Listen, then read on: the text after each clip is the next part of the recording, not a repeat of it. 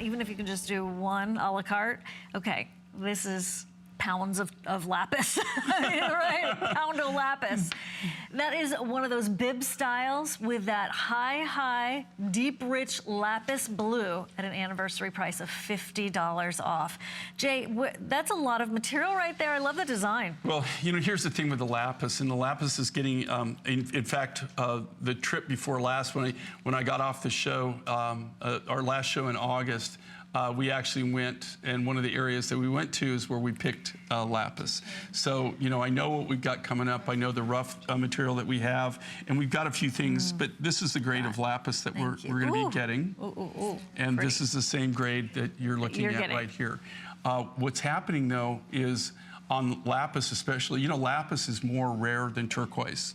As far as I know, there's the Hindu Kush region of Afghanistan is where the majority of all the lapis that you see in any jewelry comes from, okay, in Afghanistan. There is lapis in Chile, there is lapis in Africa, but it's really not the grade that you're seeing here.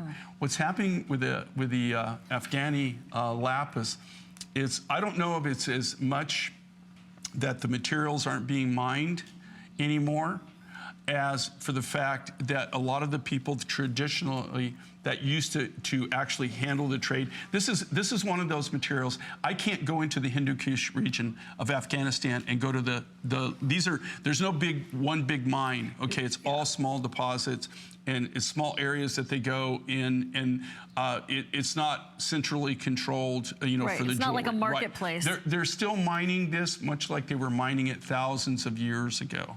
So what's happening, though, the traditional trade routes that we had for our lapis and to be able to obtain it, to be able to get it, are getting less and less. The people, the way it works in so many countries that I go to is you did what your great-grandfather did, the great-grandfather, the grandfather did what the great-grandfather did, your father did what your grandfather did, and you're going to do what your dad did. And that's just not happening now in a lot of the materials that I buy, and a lot of the trade routes, traditional trade routes, and just like lapis, it's getting harder and harder to get it. This quality is getting harder and harder to obtain. And of course, what happens when you have a huge demand and you have a diminished supply for quality material? What happens? Yeah. Price goes up. It's just the way of the world, right? It's just basic economics.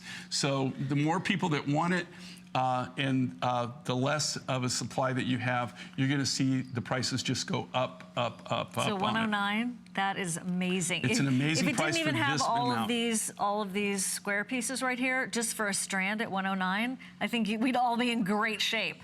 But you're getting a big look without the necklace being too big. So that is $21.98 a month. You can just absolutely